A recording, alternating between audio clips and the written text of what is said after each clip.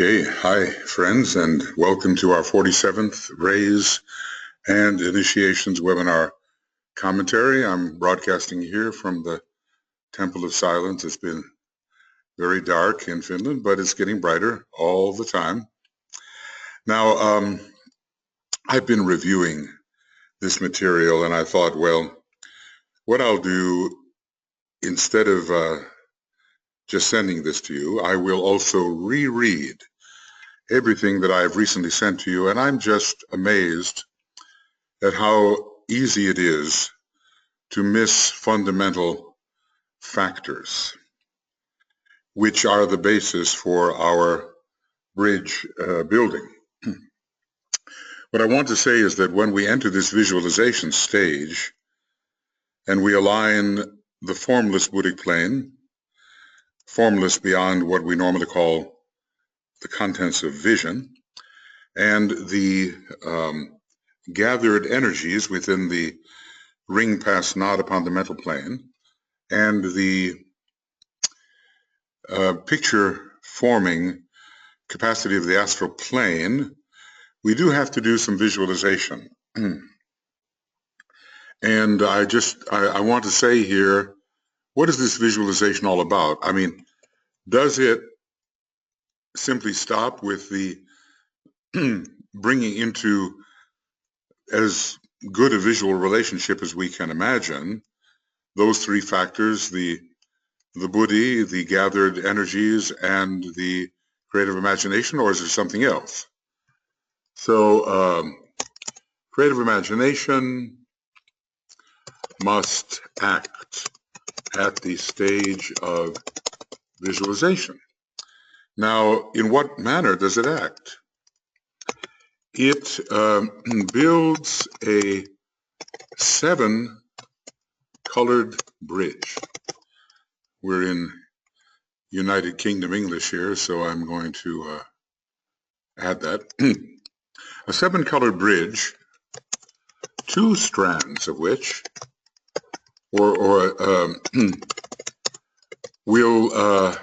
be made into the cable, which connects the mental unit with the monastic permanent atom and perhaps with permanent atoms above. That still remains to be seen, but you can create in your visual imagination, a 7-colored bridge of light in this visualization stage. And in the projection stage, 2 of those colors, the color of your present personality ray and of course of your soul ray, which has been quite constant, probably changing only once under most possibilities. If you have a first, second, or third ray soul, it has changed from 4, 5, 6, or 7. So 2 of the colors will be used to project the bridge. Now, that bridge, I haven't quite decided, you know, this is all quite an interior process, can be projected as a line of light as far as possible towards the spiritual triad and at least to the monastic permanent atom, but maybe beyond. And then its 2 colors are then seen. The bridge, the projection is seen as, let's say in my own case, you know, second ray, fourth ray, as indigo and yellow. And I can build this projection how I want. I can change that line of light into the 2 colors particularly. That's one way to do it. Or I'm still trying to decide whether, when the projection is made from the mental unit, whether the 2 colors are projected from the mental unit exactly. There are some statements that DK gives that make it seem that a projection is made probably of a rapier-like line of white light, and then it is seen as dual-colored after that. Or some might say that the dual colors are projected straight from the mental unit. Whichever way it works, eventually you wind up with 2 colors out of the 7. Your rainbow bridge is as interestingly and beautifully made as you can have it, a 7-colored phenomenon of light. And 2 of those colors make the major cable of soul and personality ray, which reaches up towards the top of the triad and towards the monad, and from there a response is evoked. And as that downpouring occurs, the 2 sections of the bridge meet, and then there is a demonstration of light, of realization, something of that nature. There's still a question as to whether we should imagine this dual-colored bridge as extending beyond the monastic permanent atom. I tend to do that, and towards at least towards Buddhi, and maybe Buddhi being the 4th cosmic subplane is the place where particularly the downpouring from the monad and from the Atma occurs. And then you have this light demonstration. I think that would make a lot of sense, but you have to interiorly work on this to see what works for you and how the evocation works for you, and what you feel and what you sense as a result of the lower tension evoking the attention of the higher. So, you know, as DK says, it seems complicated in the beginning, and maybe it is, but each one of us will work out the best approach for that response, which will make a wholeness out of us, all the way from the monad down to the personality. Of course, there's no up or down. It's all a vibratory relationship here, and probably has quite an interesting harmonic mathematics behind it all. But we, being limited in our perceptual and imaginative abilities, have to imagine the in and out and the up and down. And it is a heuristic method, a teaching method, which does evoke the response that we are looking for. So I'm going to be experimenting with this. You know, I've been working at this for some 40 plus years, and I still find it necessary to experiment, and maybe you will too, but read very, very carefully what we went over, what we discussed. I fear all too superficially. You know, it's almost like every sentence could be pored over, could be pondered, and would produce its riches. But the main thing I'm trying to say here is that the 7-fold bridge of light is imagined in the visualization stage, and it passes, as it were, from the picture-making faculty of the creative imagination through the retained pool of energies on the mental plane as high a state of tension as we can sustain, and then on as far as we wish to take it. You know, maybe we want to take that bridge of light all the way to the monad, but certainly up to the Buddhi, because the Buddhi, the imagination, and the retained energies all have to come into relationship. And that is done particularly through the act of projection. And the projection occurs at this gathered point of attention at the mental unit. It's from the mental unit or around the mental unit. We don't know the specific metaphysics, you know, or the physics, the atomic physics or superatomic physics of this setup. Not yet, we don't.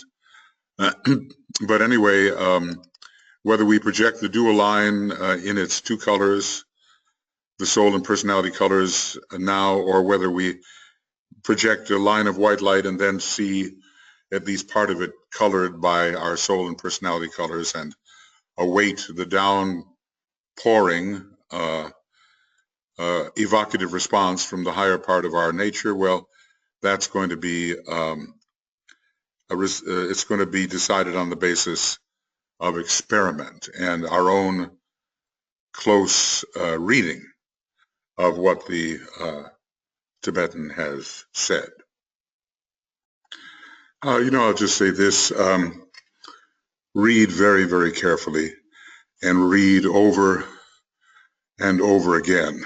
Sometimes in this document I've made some letters much bigger. It might indicate their importance. And, at some point maybe I can send them to you as well, because I tend to go over the document and make modifications that may not be in my original video. But, just even looking at the projection for just a moment here, we picture the Rainbow Bridge, and it's made up of this is the projection falling into three main activities. We picture the Rainbow Bridge, and we call in the will aspect, and this is in this connection, it is in this connection that the differing ray methods make their appearance, because every method is a method of the will, and there are 7 different methods of the soul. As I've said, we have to call in the, depending on the ray of the soul, the will to initiate, the will to unify, the will to evolve, the will to harmonize, the will to act, the will to cause, and the will to express, according to the 7 rays in order. So we have to preserve also a triple consciousness factually, so that 3 paralleling lines of thought or streams of active energy are used simultaneously. So we're aware of ourselves as the personality or soul. We don't lose our identity.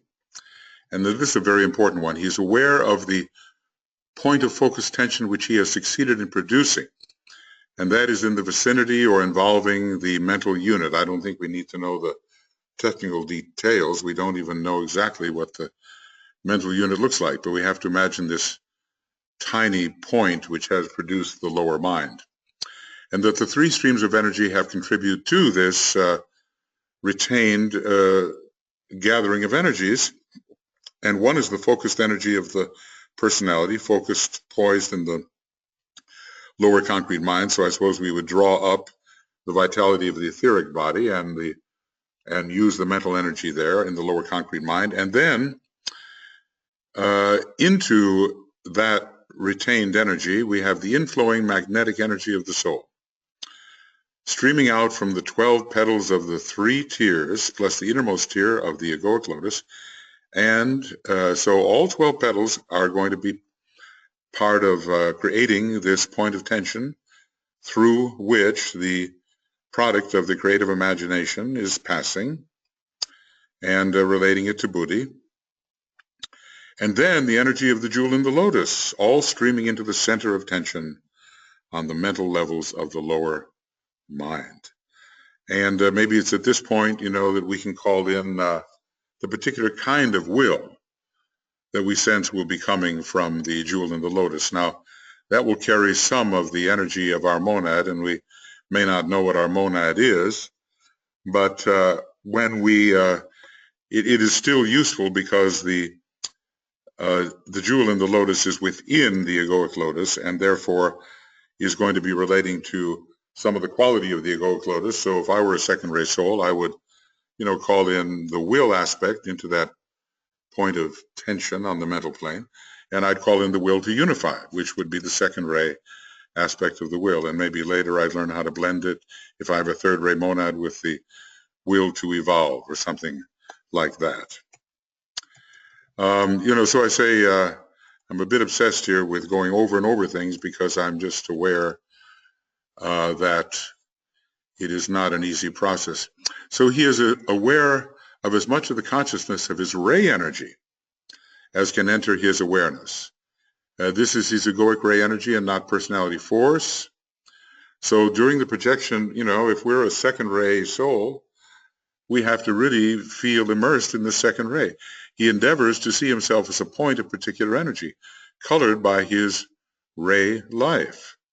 So I would just imbue myself with the second ray. If you're a first ray soul, use the first ray, or whatever the ray of your soul may be.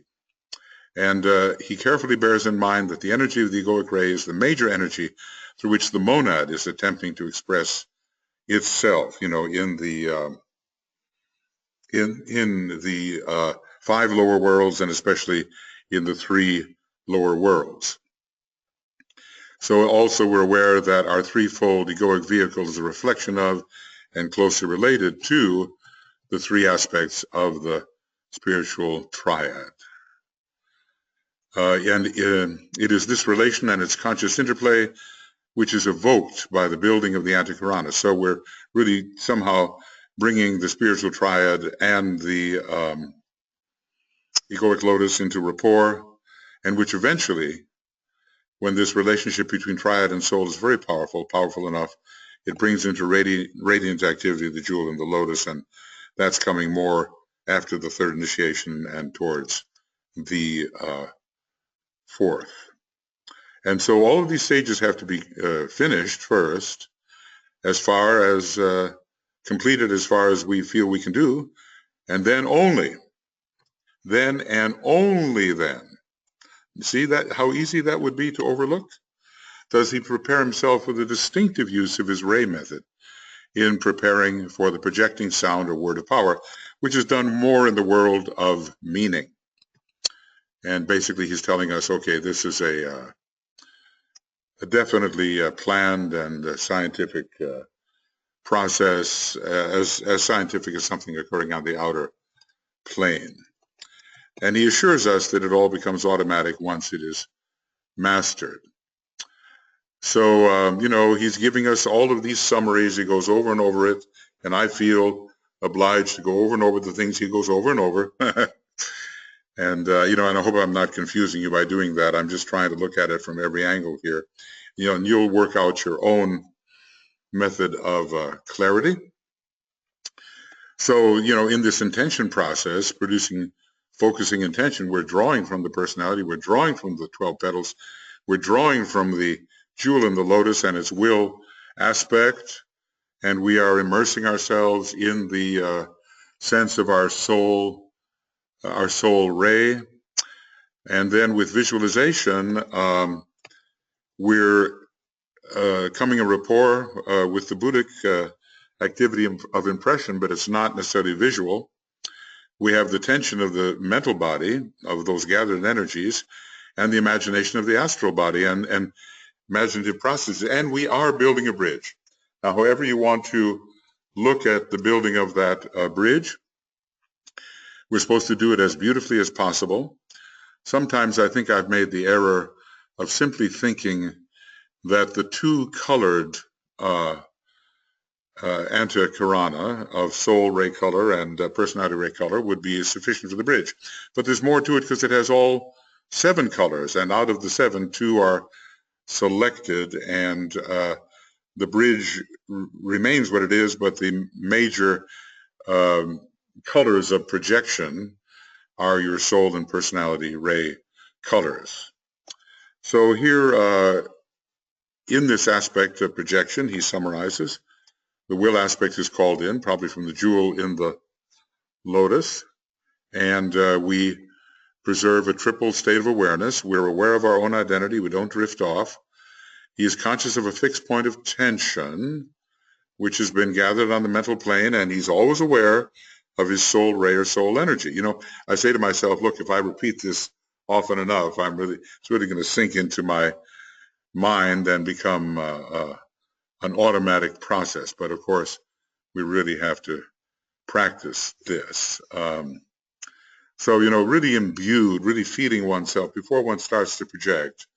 You have to really feel yourself as the quality of your particular soul ray. And that may be another aspect that I have not emphasized strongly enough in the teaching. But in the full moons coming up, I will incorporate some of these things which have been underemphasized, and I think it will be of benefit to all of us. And then we start to use our ray method, distinctive ray energy correctly. We know that it's this projection, this line of light is going to be at least largely colored by our soul ray. And then again, he emphasizes when all of this is completed, notice how thorough he wants us to be here. He's not, you know, you just don't jump in there and start using your word of power. Then we use the word of power, which is the agent of our will, the will coming from the soul-infused personality, we might say. It is stimulated, this aspect of the will is stimulated by one of the 7 aspects of will. For the second ray, will to unify; first ray, will to initiate, and so forth. So then the word of power is finally used, and he tells us that this short tabulation should aid in the process, and we can carry this preliminary work forward. Now, he discusses 3, I know I'm reviewing here, but maybe it's not a bad idea.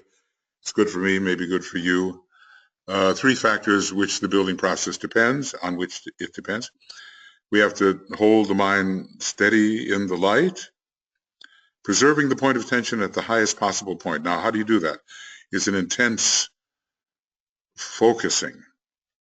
And this focusing can lead to understanding and penetration into areas of cognition which may have been unavailable to us before the intense focusing. We're supposed to register soul contact, and you know, the projecting mechanism is the soul-infused personality. So it's only the truly integrated soul personality which will be most successful. The soul is the projector, not just the personality. And technically, he says, this means that the energy of the soul ray and the personality ray merge together, with the soul ray dominating always, and that we have to see to.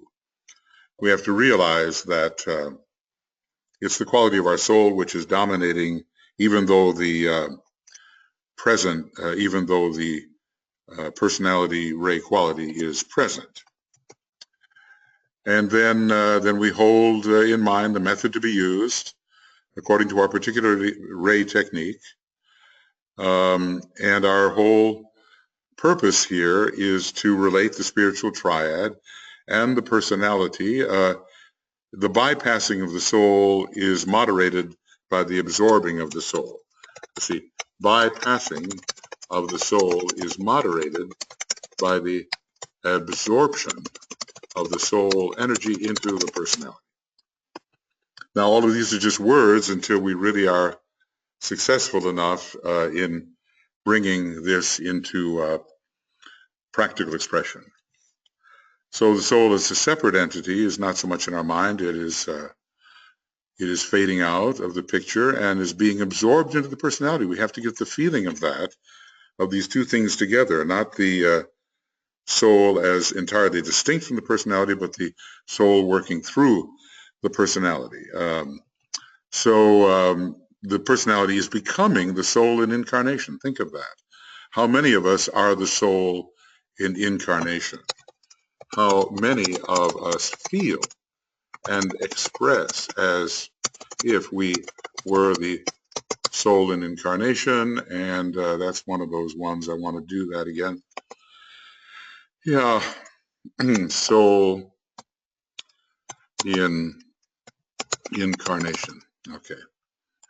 All of these things have to have a feel to them, you know, and otherwise we're just stuck in the mind and we're just throwing words around, and there's no experience that accompanies these words. So eventually the relation is established between the spirit monad and the personality, and a tiny point of consciousness eternally present which is aware of both these factors and yet preserves inviolate its own identity. He frequently references this third point. And I suppose there comes a time when everything is absorbed into the monad, but at the particular stage at which we find ourselves, this third point of observation is very important. This tiny point is a point of observation. Okay, observation, OBS. And so this is the later realization, long time it takes, aeonial work, the soul fades out apparently, but then the soul is a universal principle.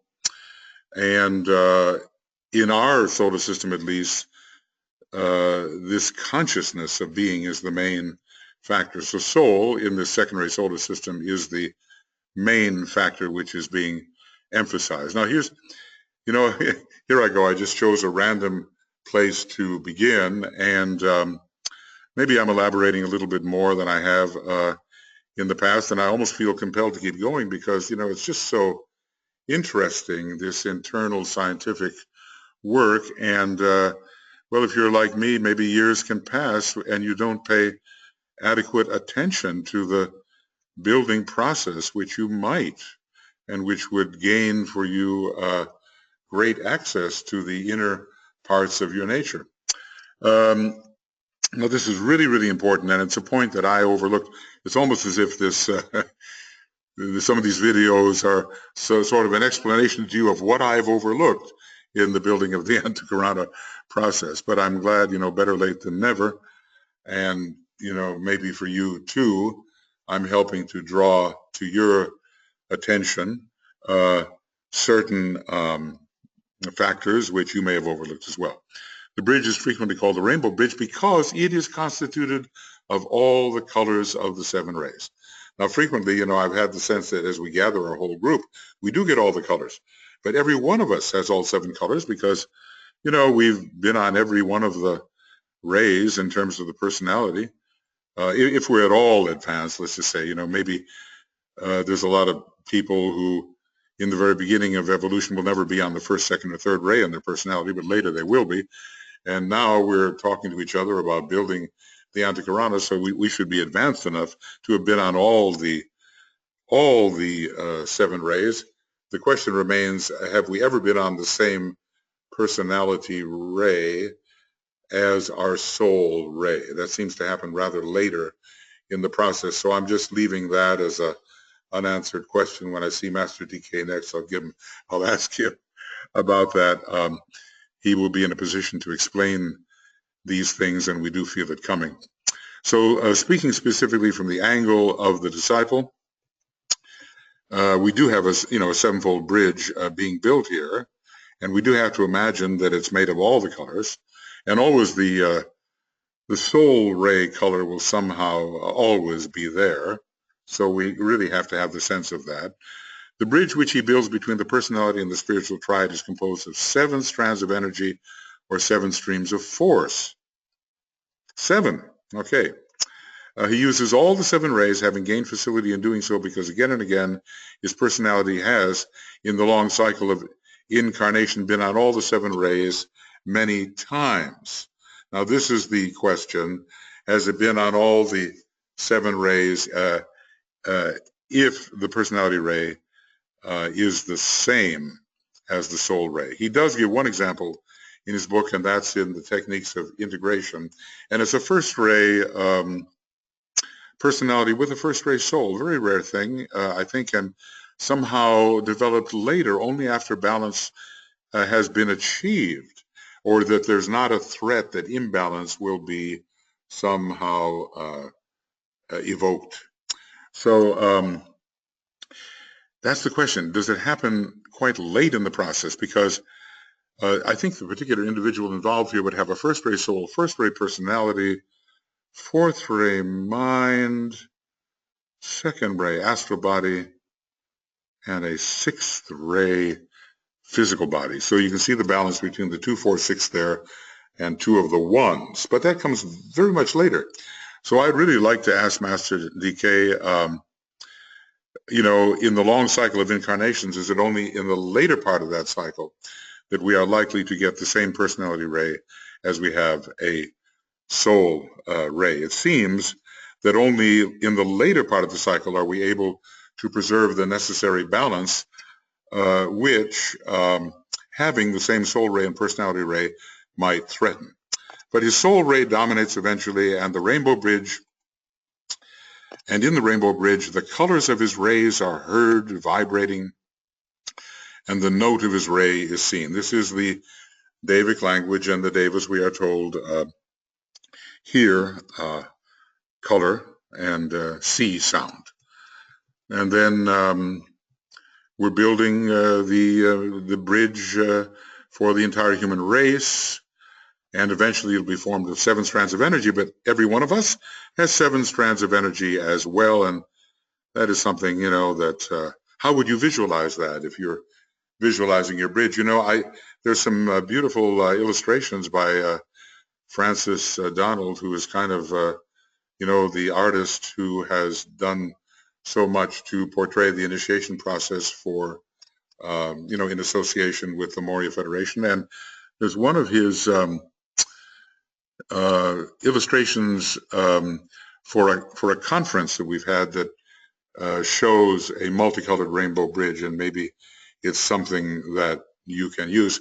When I think of the rainbow bridge, I do think of interweaving sort of ongoing figure eights, and in one of the old papers that I got my hands on somehow, and it was from the earlier group, anticoronic construction was all looking like it was composed of figure eights. Well, we would have to experiment with that. Of course, the 8 is the number of Mercury, and Mercury is the planet which builds the bridge particularly, so it's not too far-fetched.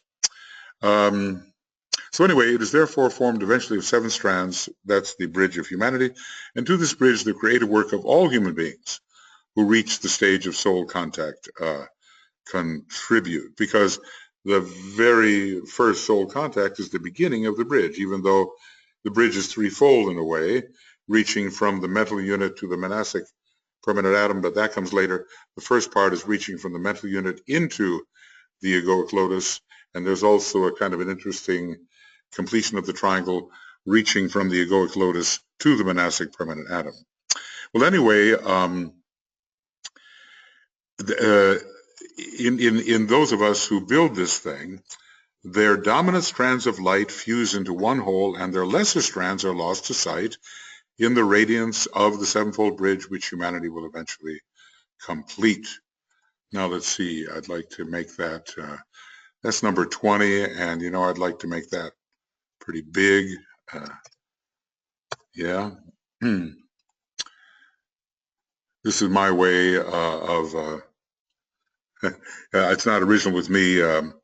Some of the excellent compilations by Zach Rymel, he uses a similar technique of enlarging certain fonts where emphasis seems to be needed. But anyway, our lesser strands are lost in the general sevenfold bridge of humanity, and if we were to look at the bridge that we are imagining, or which is actually existing, those lesser strands of the unemphasized rays would be there, but always our major, the dominant strands, would be the ones that are standing out, and that's your soul ray color and your personality ray color. So that's why it's so important to know what is your soul ray and what is your personality ray. Okay, even in this finally completed bridge, that's for humanity at the end of the world cycle, one ray of light will predominate, and that's the second ray, with the fourth ray as the subsidiary ray. Fourth ray, of course, we are members of the fourth grade of hierarchy, and that yellow ray, the Mercury ray, is always going to be dominant. But interesting that humanity is really moving towards the second ray demonstration, and that seems to be finally the soul ray of humanity. Is it the monadic ray? Humanity evolves through destruction, and the devas evolve through construction. So maybe there's something way up there on the top of the human system which relates to the first ray. That has yet to be established. The fourth ray might symbolically be called the main cable for humanity because it is the dominant note of the fourth grade of hierarchy. And, it is related to the monad in that respect, to the monad of humanity. But for the moment, it seems that the rays of humanity are the fourth ray, soul, and the fifth ray, personality, but that is gradually changing. Well, unfortunately, once I begin to look at these things, I start to talk about them, and yeah, So, I have taken this up, and I hope I've said a few things which are of value to you and to me. I'm trying to think if there's something more right here which I'd like to deal with. I think what I'll do is just kind of review. It's turning out that this program number 47 is more of a review than really going on ahead.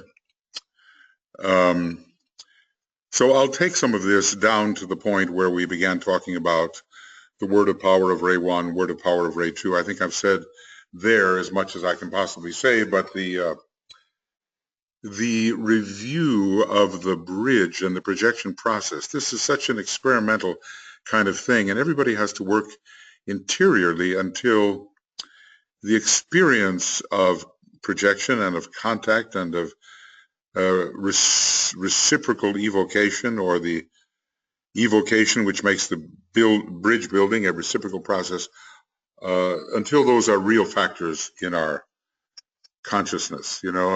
40 years ago or more, I began all this stuff, and now I just feel this is a most necessary review, and I'm hoping in my own case to bring the process into a state of achievement which I have not yet achieved, so I'm a very tenacious kind of person, and kind of stick with this until something really happens. But as DK says, for our encouragement, that a lot can be going on in terms of the structure of the bridge, the construction of the bridge, which we have not been able to sense or to see, but it's there. So we have to have a lot of faith as we begin working here, because we're working in very subtle area and working with the creative imagination. We're wondering what's real and what is imagination, and do the two blend, the imagination and the reality. So obviously only as we penetrate into these matters with persistence will it be revealed to us, will the fruit of our labors be revealed to us. So we're going to consider these words of power. He tells us we're dealing entirely with the will aspects, and so this is the third phase of the, sort of the esoteric curriculum. Beginning on the path of probation, we have to, on the POP, and I always call that the path of probation. Let's see what we've got there. Oh yeah, there it is. It's already there. So on the path of probation, we deal with perfecting, or at least improving, personality. On the path of discipleship, and there's one that I definitely need. So path of, okay, come on, disciple. Okay, and we're almost there. Thanks for your patience. On the path of discipleship, we deal with increasing soul contact, and here on the path of initiation, and I guess you can figure out what that would be. Okay, path of initiation, we deal with the will aspect. Okay, we deal with the will aspect and with contacting spiritual triad, and eventually the monad. So anyway, a higher type of alignment is required of us during this kind of work, and the evocation of a divine aspect, hitherto relatively quiescent, probably in our own lives, relatively quiescent. We don't really know what the will means, even though this is going to be listened to far into the future. Here is the year 2017, and this year our USR SRI conference, it's called The Will and the Way. It's a Ray 1 year, and so if you're hearing this ahead of time, please come to the conference. And if you're hearing this many years after the conference took place, then at least wish you had been there. Okay, so a higher process of alignment and the evocation of this relatively quiescent aspect.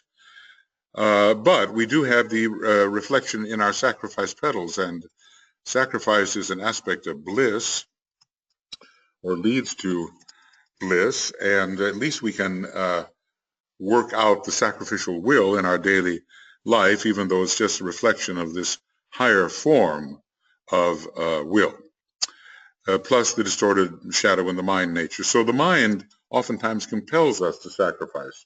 Sometimes we say, oh, I don't feel like doing that, but I will do that because I know it's an important thing to do. And that's just a little sacrifice right there. So this requires of those building the Antiquran a relatively high stage of development. And it means, hopefully for all of us, that there are indications, at least that, between the mind, the sacrifice petals, and the atmic principle. So think about that alignment for just a moment, your point of spiritual will, your sacrifice petals unfolding as you take the probationary initiations and the third initiation, and then the mind, held steady in the light of the will to sacrifice. So he tells us that this indication may be the most tenuous thread possible, really thin, 1,000 times finer than a gossamer web. Kind of makes you wonder about the atomic or superatomic physics of those planes, but it must inevitably be present. And so when it is present, what do we have in the esotericist? This marks a complete unit of spiritual work and bringing the man upon the physical plane into complete alignment. And this unity, the fourth initiation, is the point of consummation here. And the causal body disappears for all practical purposes. The great renunciation, which time the first aspect begins to dominate the two. And, sometimes you think, well, that happens at the third initiation, but apparently not entirely. Our sacrificial will is not strong enough yet at the third initiation.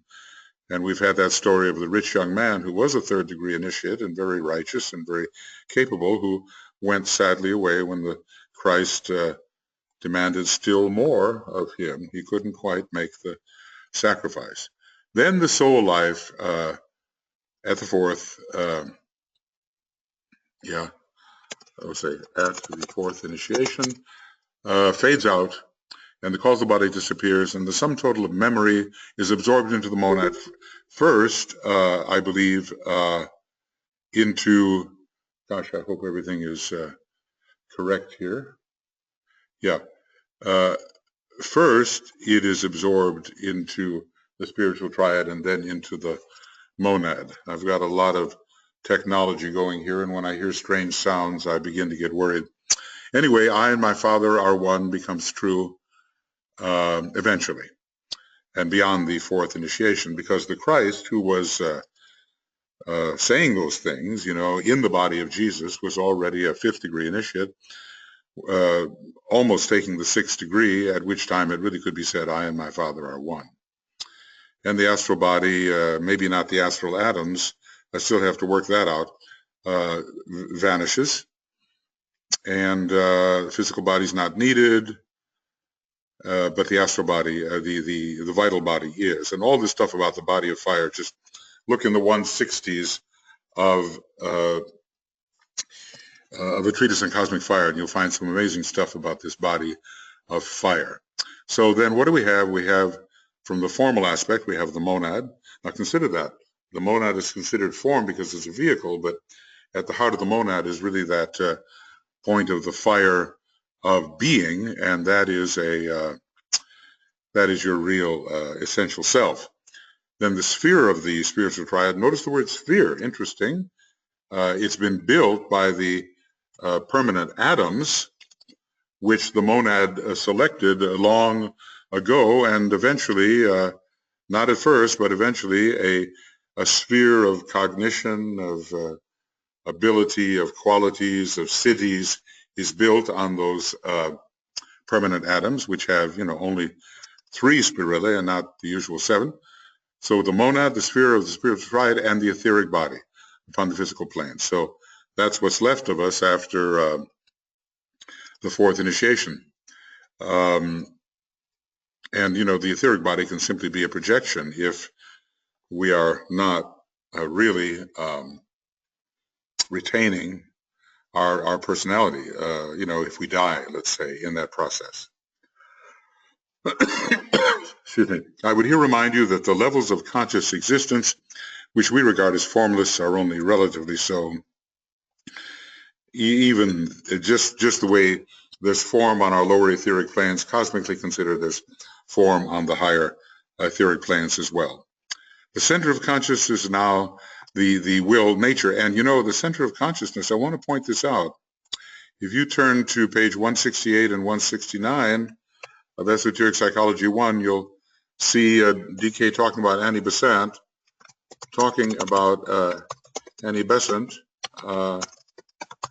and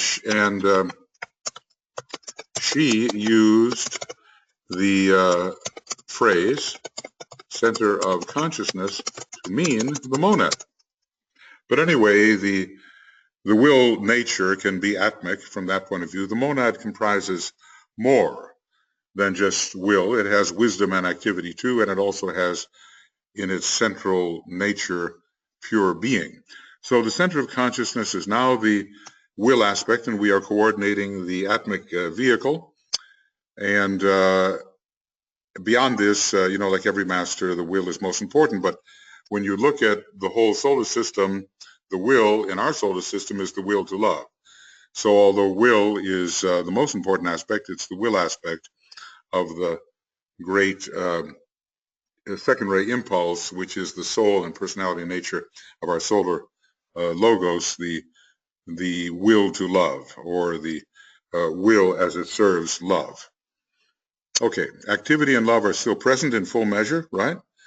But the focus of the initiate's attention is the will aspect of divinity. But let us remember, here, will in our solar system always serves love. Okay. There's a lot of things to absorb here, and excuse me, that absorption does take place,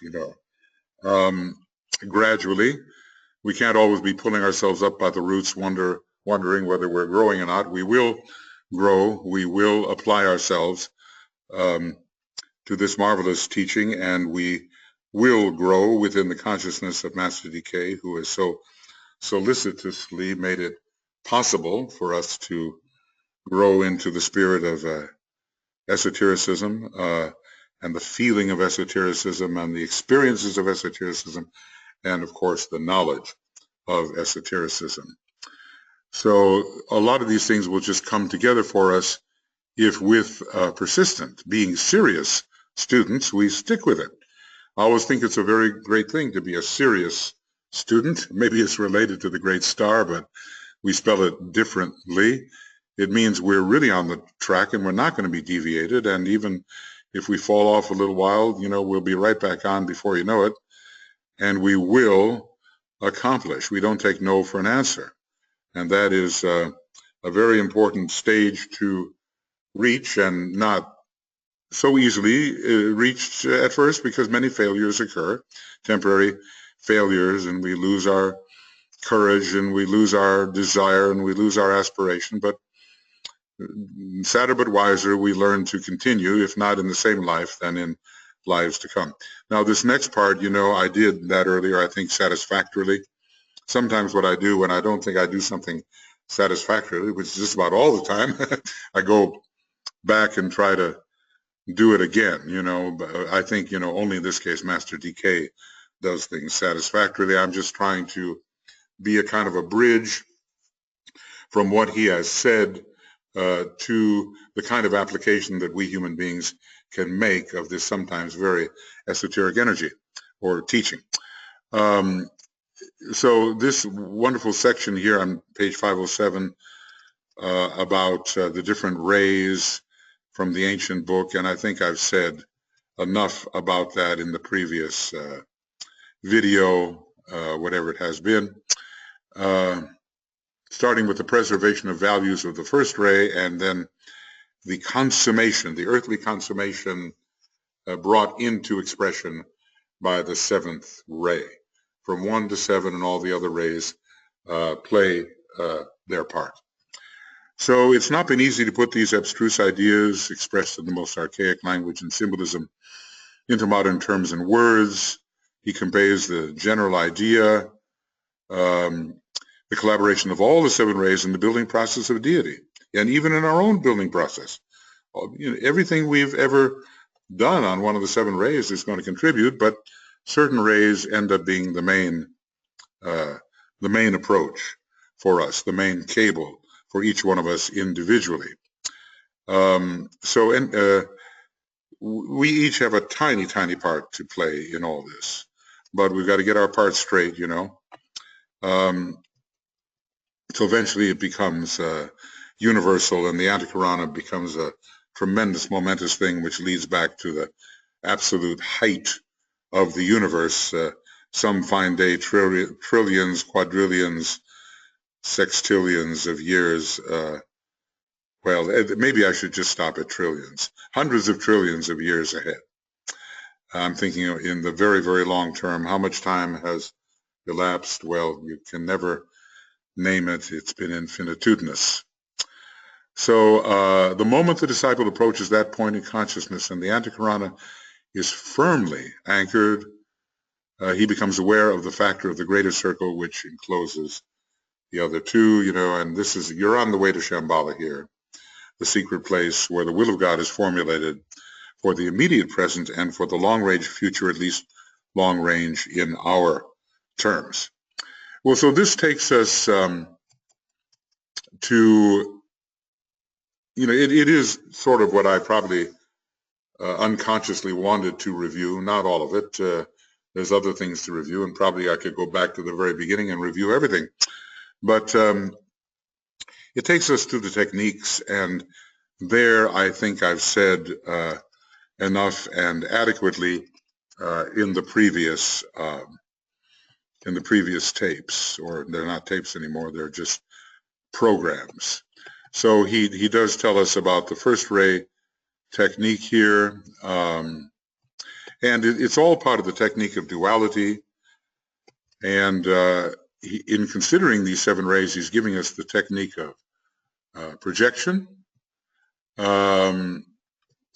See, how does it falls into 3 stages. You focus in the soul ray. Now that's considered to be the very first stage. Very interesting.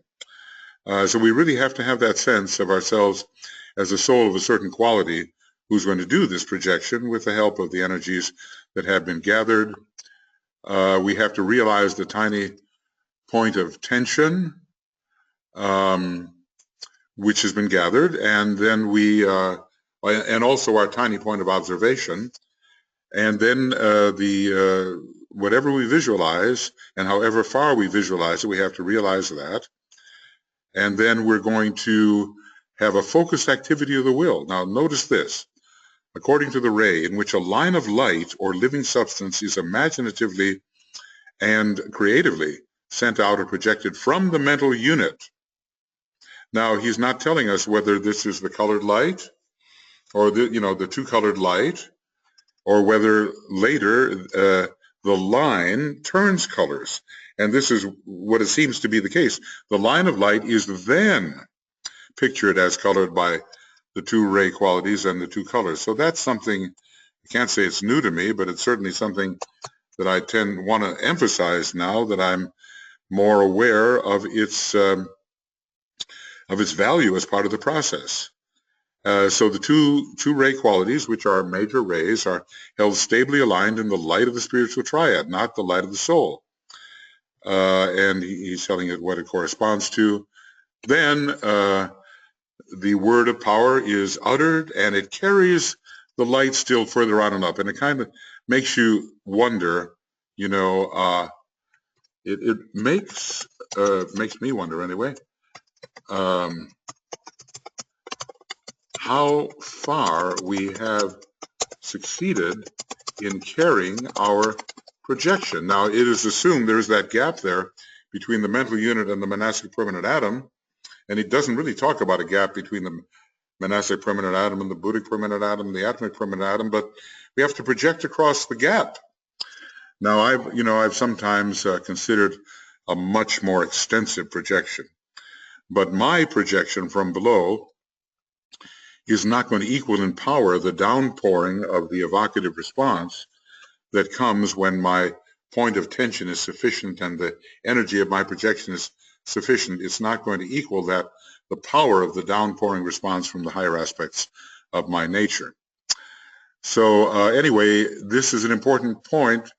The word of power, when we use it, serves to carry the light still further on and up, and it suggests maybe, seeing that light going all the way into the triad and even to the monad.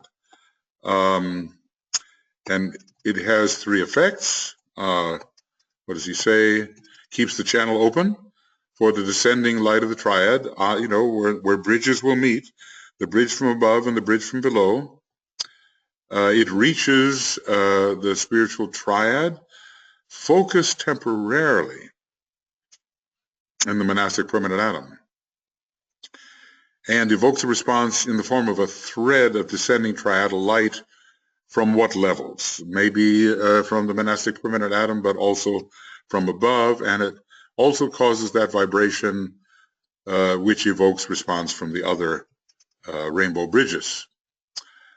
So you know how deep this all is and how much we have to ponder, use the second ray technique to really ponder, and then some light will appear to us when we see what he has said.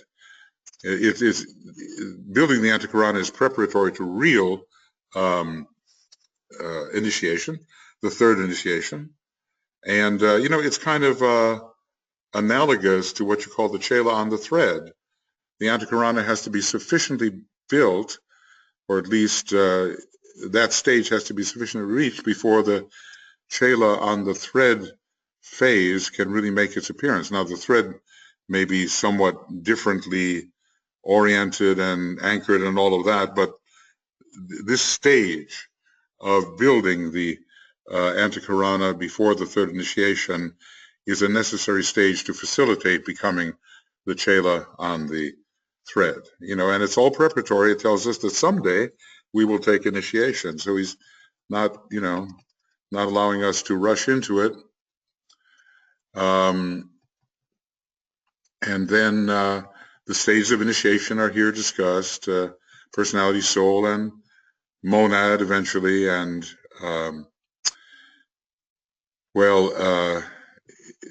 he's emphasizing the third initiation at this time in this kind of teaching. All right. So I hope that I've carried out a sufficient review. It has somewhat assuaged my conscience, but not entirely. I could have done better, but at least it gives us something to think and rethink, because we have to get all that thinking out of the way before we can make this process really automatic, organic, inherent, and so forth. So, and here, is the sort of the sixfold method in a summary form. He seems to give the summary form quite often.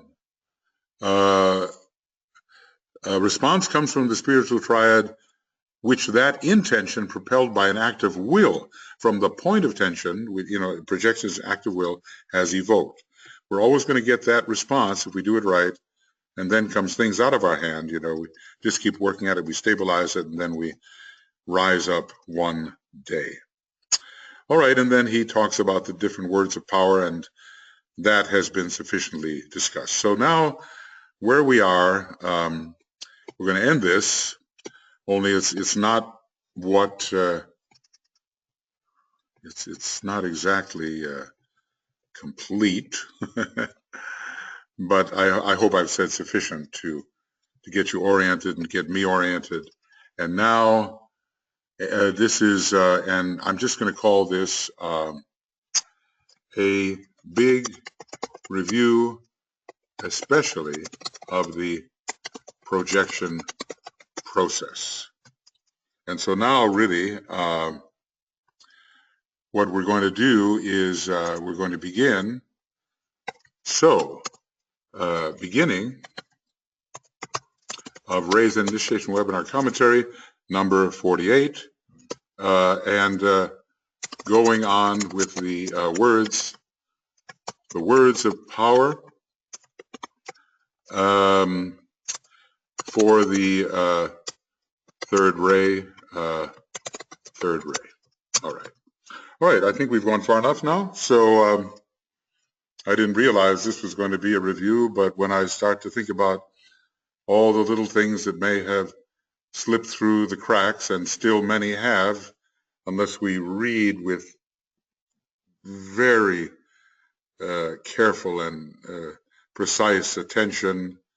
When I think about all those things that have slipped through the cracks, I wanted to at least give one shot at a review. And I know that's the terrible thing about the second ray in my particular case, is this passion for completeness, you know, and it just never is achieved down here in the lower three worlds, especially when time is marching on. So bear with me, and and if what I can give you is a few hints that help clarify your mind, or give you a line of contact with some areas of thought or process which you have not had before or used before, then I will have at least accomplished something. Okay, so that's the end of this, and then on to number 48, which is the word of power for the third ray. And remember, he's giving us now not words like ukroplasty and serixplix and those words that we cannot pronounce, but he's just giving us the formula in terms of the world of meaning. So we'll see you then. Okay, bye-bye for now.